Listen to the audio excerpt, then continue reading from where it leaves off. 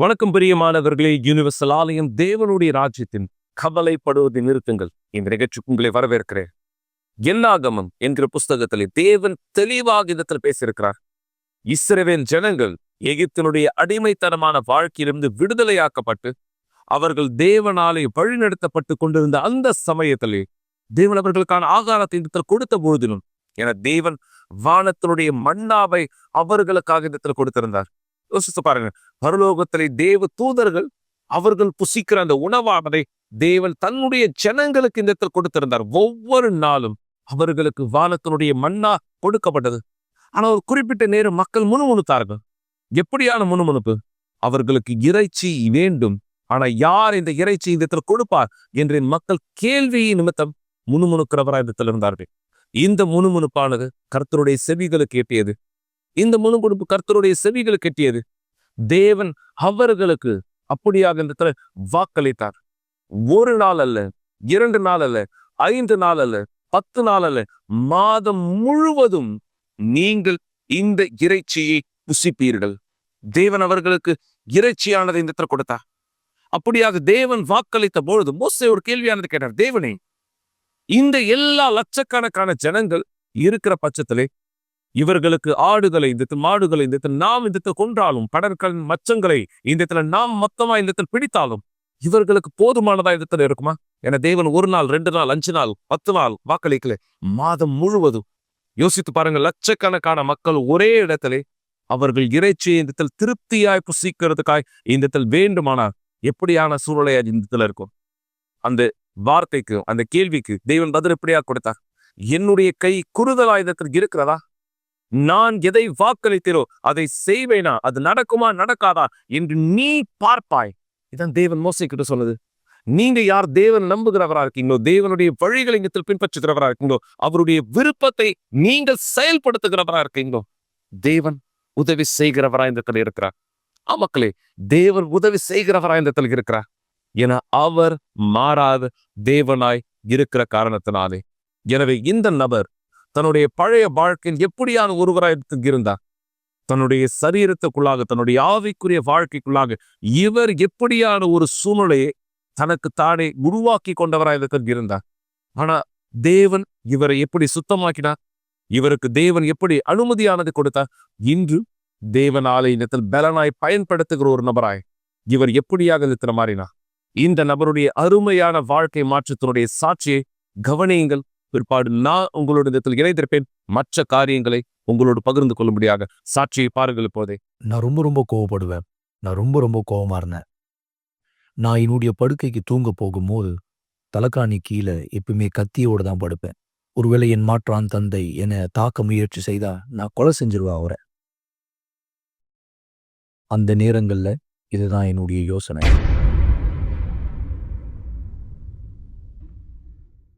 எல்லோருக்கும் வணக்கம். என் பேர் மர்சேலோ. எனக்கு 52 வயசாகுது. 1987 தான் யூனிவர்சல் ஆலயத்துக்கு நான் வந்தேன். 1993 தான் நான் இயேசுவை என் வாழ்க்கையில கண்டறிந்தேன். நான் 6 வருஷமா ஆலயத்துக்குள்ளேயே இருந்தேன், தொலைக்கப்பட்ட ஒரு ஆளா. ஏன்னா என்னுடைய மாற்றான் தகப்பன் மேல எனக்கு வெறுப்புகள் இருந்துச்சு. என்னுடைய தாயின் மீதும் எனக்கு வெறுப்பு இருந்தது. என்னை என்னுடைய மாற்றான் தகப்பன் தான் என்னை வளர்த்தார். ஏன்னா என்னுடைய தாய் தகப்பனுக்கு விவாகரத்து ஆயிருந்தது. அந்த நேரம் நான் குழந்தையா இருந்தேன். அது எனக்கு ரொம்ப ஒரு கஷ்டமான ஒரு குழந்தை பருவம். என்னுடைய வாழ்க்கை ஒரு மிகவும் அழகுள்ள ஒரு வாழ்க்கையா இருந்துச்சு. என்னுடைய வீட்டில் ஒரு நாளும் சண்டை. என்னுடைய மாற்றான் தகப்பனால அவர் என்னுடைய காதுகளை பிடித்து ரொம்ப அதிகமாக இழுப்பார். அதனால 80% கேட்கும் திறனை நான் இழந்துட்டேன். அதனால நான் ரொம்ப அதிகமாக எதிர்ப்படைஞ்சேன். என்னுடைய சொந்த வீட்டிலேயே என்னை அதிகமாக அவமானப்படுத்துவாங்க. எல்லாவற்றையும் விட எனக்கு அதிகமாக வலியை ஏற்படுத்தின ஒன்று, என் அம்மா எனக்கு சார்பா எப்பவுமே பேசுனதே கிடையாது. என் அம்மாவுடைய எண்ணம் என்னன்னா, மாற்றான் தகப்பனோட அவங்க எப்பயுமே சமாதானமா இருக்கணும். என்னை வெறுக்க ஆரம்பிச்சிட்டாங்க. சில நேரத்துல நான் மறைஞ்சு நின்று அவங்க கிட்ட பேசுவேன். நாங்க 2 பேருமே பேசிட்டு இருக்குது அவர் கேட்டார்னா இல்ல பார்த்தார்னா அவங்க 2 பேருக்குள்ள ஒரு பெரிய சண்டை நடக்கும். எனக்கு ஒரு விஷயம் ஞாபகம் இருக்கு. நான் அவங்க கிட்ட இந்த வார்த்தையை சொன்னேன். நீ எனக்கு அம்மாவா இருக்கிறதுக்கு பதிலா வேறு ஒருத்தருக்கு மனைவியா இருக்கிறியே அப்படின்னு நான் கேட்டேன். என்னை ஒதுக்குறாங்க அப்படின்றத நான் பார்க்கும்போது எனக்கு அது ரொம்ப வலி தரக்கூடிய ஒன்றா இருந்தது. சில நேரங்கள்ல மதியான உணவு சாப்பிடும்போது என்னுடைய மாற்றான் தந்தை வந்து சொல்லுவார், அந்த தட்டு சாப்பாடு சாப்பிடுறது கூட உனக்கு தகுதி கிடையாது. அவர் என்ன நீ ஒன்னுத்துக்கும் பிரயோஜனமாக மாட்டேன்னு சொல்லுவாரு. திருடன் சொல்லுவாரு. போத பையன் சொல்லுவாரு. என்னுடைய முகத்துல தண்ணியை தூக்கி அடிப்பாரு நான் சாப்பிட்டுட்டு இருக்க அந்த நேரத்துல. இதையெல்லாம் பார்க்கும்போது என்னுடைய அம்மா எதுவும் சொல்ல மாட்டாங்க. அவர் என்ன அறைவாரு, அவர் என்ன உதைப்பாரு, அவர் என்ன அடிப்பாரு. இது எல்லாமே அவர் செஞ்சாலும் யாரும் அவர் என்னன்னு கேட்க மாட்டாங்க. நிறைய முறை என்ன கழிவறையில வச்சு பூட்டிடுவாரு. என்ன நிறைய முறை முட்டி போட சொல்லுவாரு. குறிப்பா சோளம் விதையில முட்டி போட சொல்லுவாரு என்ன. செவுத்த பார்த்து திரும்பிக்கோன்னு சொல்லுவாரு. அதுக்கப்புறம் என்கிட்ட சொல்லுவாரு, நான் கதவை திறந்து வரும்போது நீ இதே மாதிரி இல்லைனா நான் திரும்பி வரும்போது இன்னும் மோசமான காரியத்தை நான் பண்ணுவேன் அப்படின்னு சொல்லுவாரு. அதுக்கப்புறமா இன்னும் சில காலம் கழித்து ஃப்ரிட்ஜுக்குள்ள இருக்கக்கூடிய பொருளை எடுத்து சாப்பிட்றதுக்கு எனக்கு உரிமை கொடுக்கல. இது எல்லாத்தையும் நான் சுருக்கி சொல்லணும்னா என்னுடைய வீட்டுக்குள்ள நான் இருக்கும்போது நரகத்துக்குள்ள இருந்த மாதிரி இருக்கும். நான் சில நேரத்தில் வெளியே போயிட்டு திரும்பி வரும்போது காலதாமதமாக வருவேன். ஏன்னா காலதாமதமாக வரும்போது தான் எல்லாருமே வீட்டுக்குள்ள தூங்கி இருப்பாங்க. காலையில் நான் ரொம்ப சீக்கிரமாக எழுந்து முதல் ஆளாக வெளியே போயிடுவேன். நான் அப்படி வெளியே போனால் தான் நான் அவர்கிட்ட அடி வாங்க மாட்டேன். நான் ரொம்ப கோவமாக இருப்பேன். அந்த நேரத்தில் தான் நான் தூங்கும் போது என்னுடைய படுக்கையின் கீழே நான் கத்தியை வச்சுப்பேன் எப்பயுமே. அவர் என்னை மறுபடியும் தாக்க வந்தார்னா நான் அவரை கொன்னுடுவேன் அதே இடத்துல. இதுதான் அந்த நேரம் என்னுடைய யோசனைகளை ஓடிட்டு இருந்தது. நான் எந்த நேரமா இருந்தாலும் அவரை கொலை செய்ய தயாரா இருந்தேன். உங்களுக்கு தெரியுமா? ஒரு நாள் நான் ஸ்கூல் முடிச்சுட்டு வீட்டுக்கு வரும்போது என்னுடைய மாற்றான் தகப்பன் என்னுடைய அம்மாவை அடிச்சிட்டு இருந்தார். நான் இப்போ பக்கத்துல இருந்த அயன் பாக்ஸ் எடுத்து அவர் முதுகு மேல வச்சு அவரை எரிச்சிட்டேன். அந்த நாள் உண்மையாவே ரொம்ப அதிகமா சண்டை போட்டார் எங்களோட. நான் தீர்மானிச்சேன், என்னுடைய வீட்டை விட்டு நான் வெளியே வரேன். உறவினர்கள் வீட்லேயோ இல்லை நண்பர்கள் வீட்லேயோ இல்லை யாரெல்லாம் எனக்கு இடம் கொடுக்க போகிறாங்களோ நான் தங்க தயாராக இருந்தேன். அந்த நாட்கள் தான் எனக்கு தெரிஞ்சது வாழ்க்கை எந்த அளவுக்கு கஷ்டம், எந்த அளவுக்கு வாழ்க்கை கடினம். அந்த நேரத்தில் நான் போதை பழக்கத்துக்கு அடிமையாக இருந்தேன்.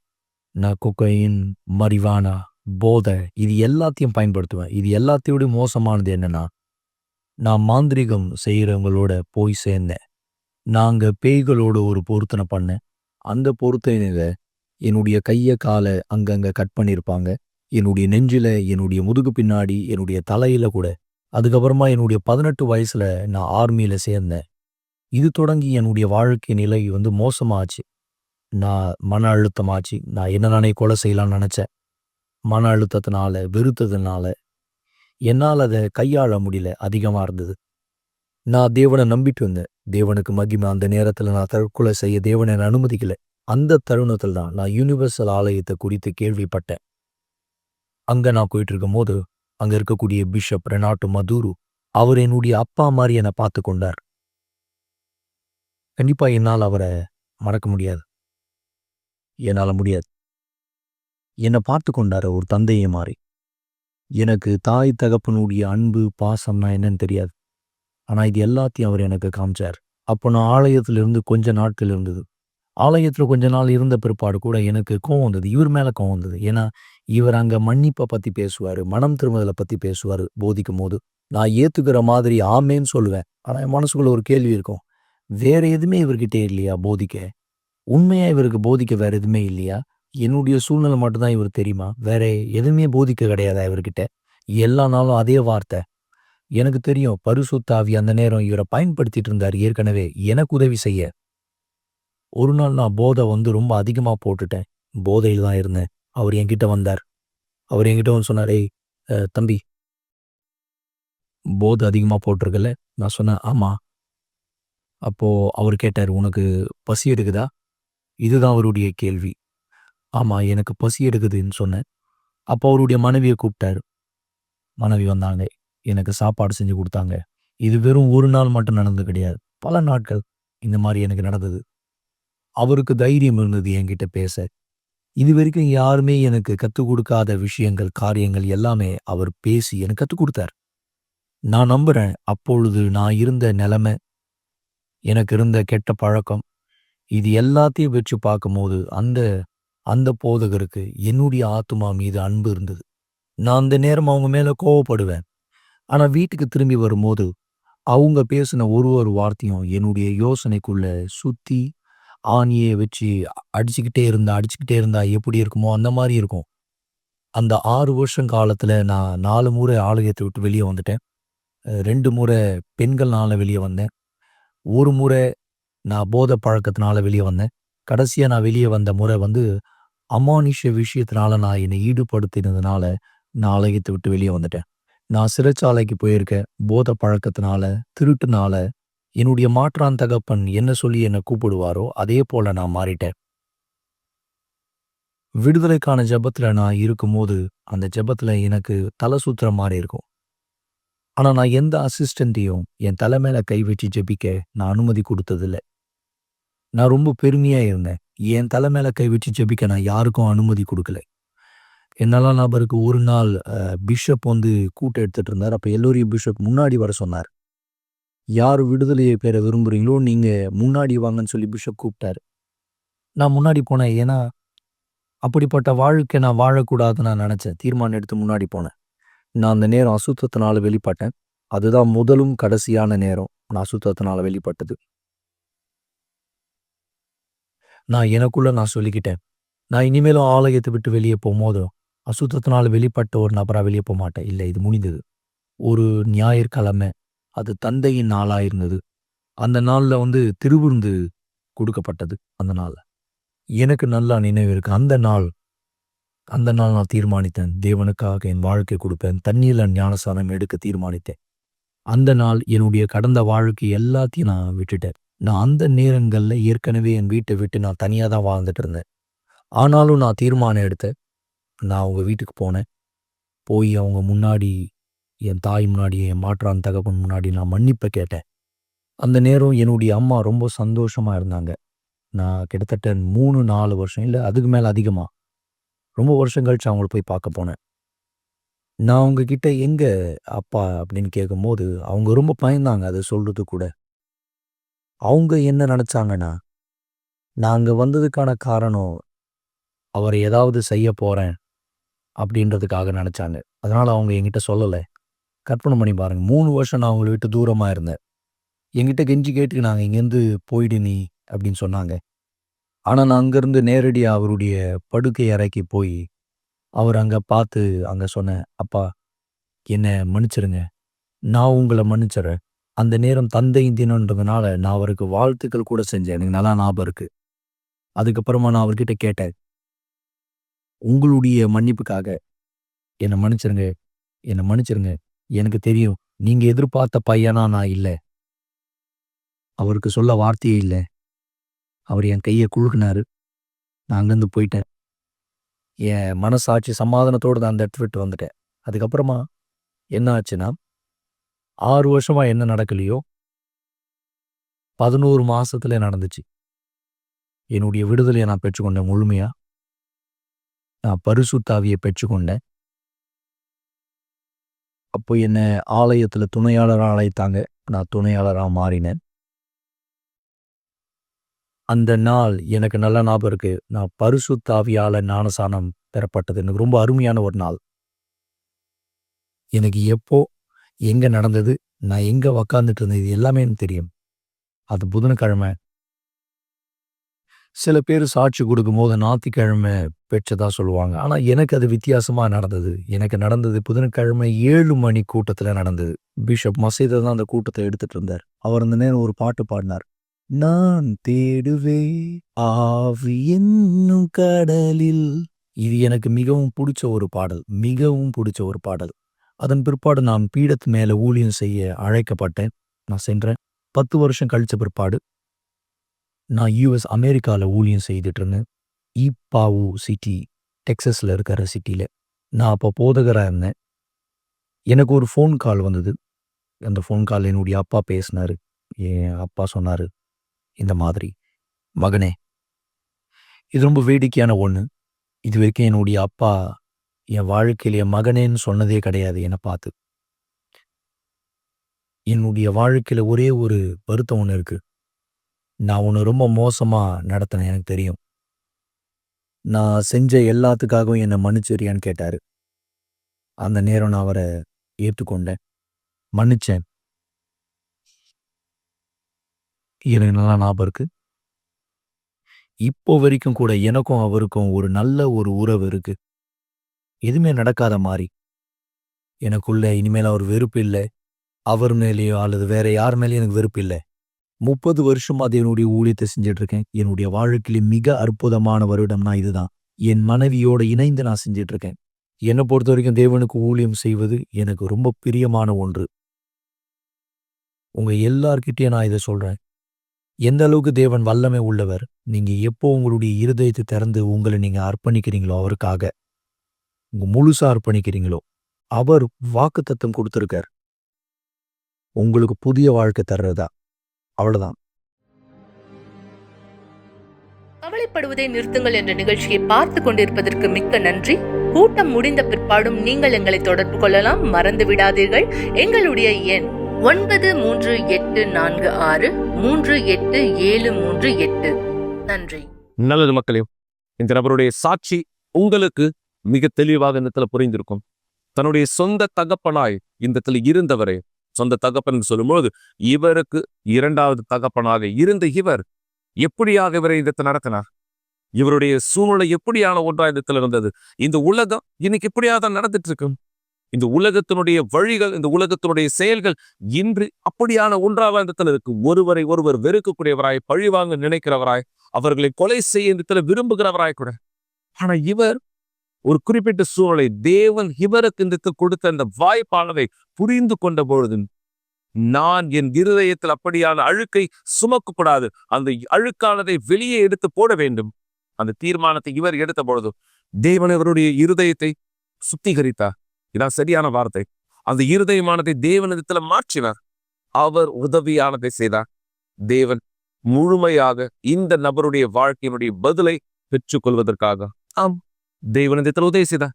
அதனால்தான் இன்னைக்கு இவருக்கு ஒரு சாட்சியானதற்கு பகிர்ந்து கொள்ள முடியாது.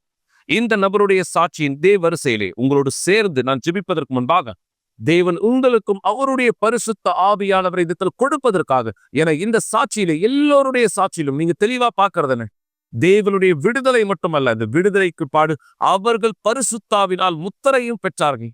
என பரிசுத்தாவியானவரின் முத்திரை இல்லாத பட்சத்திலே நாம் பெறுகிற விடுதலைக்கு புரோஜனமானதன பூஜ்ஜியம். ஆனா தேவனோடு நாம் இணையும் பொழுது அந்த விடுதலை முழுமையாக்கப்படும், அவருடைய பதிலுக்கான சாட்சிகளாய் மாறும்படி. எனவே இந்த நேரம் தேவன் இவருக்கு உதவி செய்தது போல தேவன் இந்த வாலிபருக்கு எப்படியாக உதவி செய்தார்? இவருடைய வாழ்க்கை என்னவாக இருந்தது? தற்கொலை எண்ணங்களிலே அழிக்கப்பட்ட வாழ்க்கையாக. ஆனா தேவன் எப்படியாக உதவி செய்தார்? இந்த சூழ்நிலையை ஜெயித்து இன்று சாட்சியாதத்தில் இருக்கும்படியாக இந்த சாட்சியத்தில் பாருங்கள். பிற்பாடு இணைந்திருப்பேன், உங்களோடு சேர்ந்து ஜெபிக்கும்படியாகும். வணக்கம், என் பேர் வினோத்குமார். எனக்கு வயசு 30 ஆகுது. நான் யூனிவர்சல் ஆலயத்துக்கு வரத்துக்கு முன்னாடி என்னுடைய வாழ்க்கையில் ஒரு முற்றிலும் அழிக்கப்பட்ட நபராகவும் கெட்ட பழக்கத்தில் ஈடுபட்ட ஒரு நபராகவும் இருந்தேன். எனக்கு நல்ல ஞாபகம் இருக்குது. என்னுடைய பள்ளி பருவத்திலிருந்து எனக்கு கெட்ட நண்பரோட சகவாசம் அதிகமாக இருந்தது. அவர்களோடு சேர்ந்து கெட்ட பழக்கத்தில் நான் ஈடுபட ஆரம்பித்தேன். ஆனால் இந்த காரியம் வீட்டில் பொறுத்த வரைக்கும் நான் ரொம்ப நல்லவனாக இருந்திருக்கேன். ஆனால் வீட்டில் எல்லாருக்குமே நான் நல்லவன், ஆனால் வெளியேன்னு வந்தால் மட்டும்தான் நான் யாருன்னு எனக்கு பற்றி மற்றவங்களுக்கு தெரிய வரும்.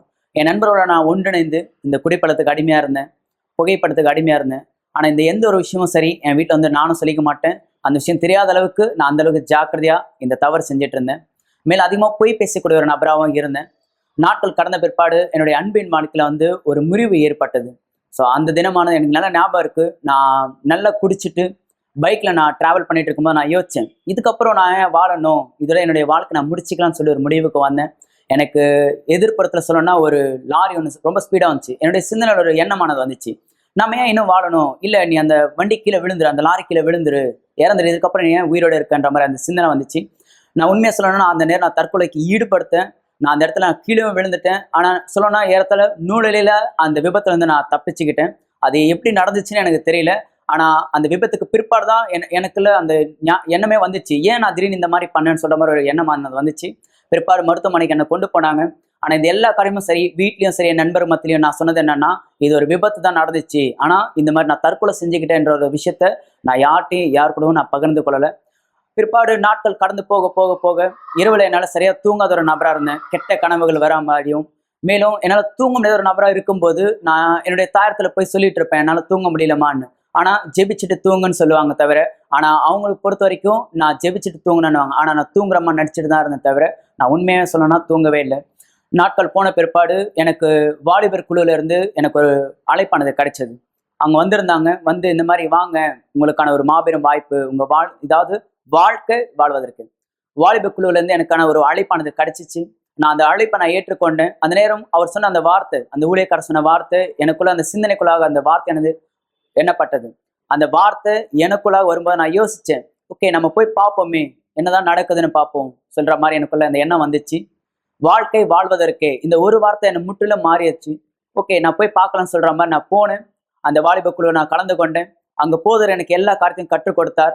நான் விசுவாசம் எப்படி பயன்படுத்த வேண்டும், எனக்கான ஒரு ஆலோசனை கிடைச்சது. அந்த ஆலோசனையில நான் தொடர்ந்து ஆலயத்திற்கு ஞாயிற்றுக்கிழமையும் புதன்கிழமையும் வெள்ளிக்கிழமையும் நான் தொடர்ந்து போகக்கூடிய ஒரு நபராக இருந்தேன்.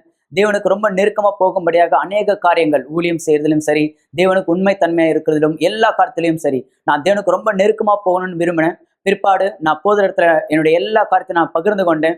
நான் இந்த பிரச்சனை நான் கடந்து செல்கிறேன், இதுல இருந்து நான் எப்படி விடுதலை பெறணும்னு. ஏன்னா ஏறத்தான் அந்த கெட்ட நண்பர்களோட சேர்ந்து ஒரு ரவுடிசம் பண்ற மாதிரி அந்த நண்பர்களோட சேர்ந்து அந்த காரியத்தை செஞ்சுட்டு இருந்தேன்.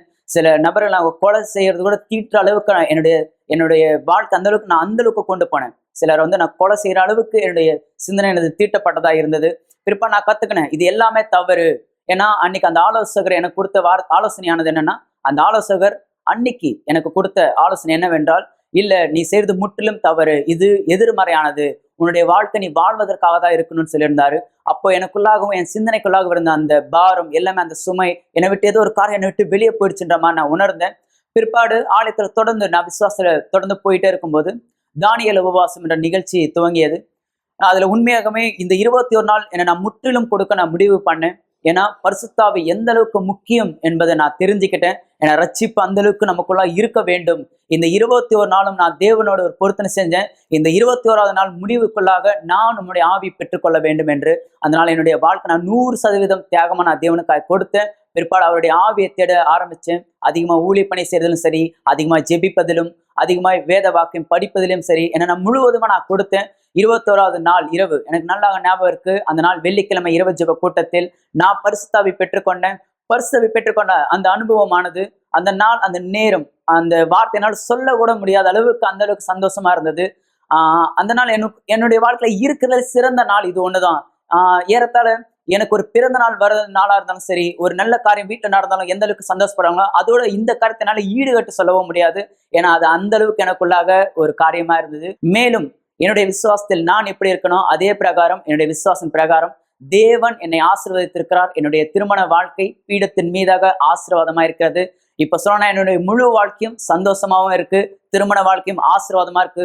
முழு குடும்பத்தோடும் சந்தோஷமும் தேவனுக்காய் ஊழியம் செய்கிற நபராய் நாங்கள் இருந்திருக்கிறோம். எல்லாவற்றுக்கும் தேவனுக்கு நன்றி. இன்று பரிசுத்தாவில நிரப்பப்பட்ட ஒரு நபராகவும், தேவனுடைய மனுஷனாகவும், தேவனுடைய பிள்ளையாகவும் நான் இருக்கிறேன். கவலைப்படுவதை நிறுத்துங்கள் என்ற நிகழ்ச்சியை பார்த்து கொண்டிருப்பதற்கு மிக்க நன்றி. கூட்டம் முடிந்த பிற்பாடும் நீங்கள் எங்களை தொடர்பு கொள்ளலாம். மறந்து விடாதீர்கள், எங்களுடைய எண் 9346387738. நன்றி. ஒரு கிளாஸ் தண்ணீரை ஆயத்தப்படுத்திக் கொள்ளுங்கள் அல்லது தொலைக்காட்சிக்கு அருகாமையிலே வாருங்கள். இந்த நேரம் உங்களுக்கான ஒரு சிறப்பு ஜெபத்தை நாம் செய்ய போகிறோம். ஜிங்களாளவராகின் இயேசுவே, என் தேவாபியானவரே, இதோ என் இயேசுவே, உன்னுடைய சர்வ வல்லமையான கைகளில் இந்த நபருடைய வாழ்க்கையானதை நீர் விடுதலை செய்ய என்று கேட்கிறேன்.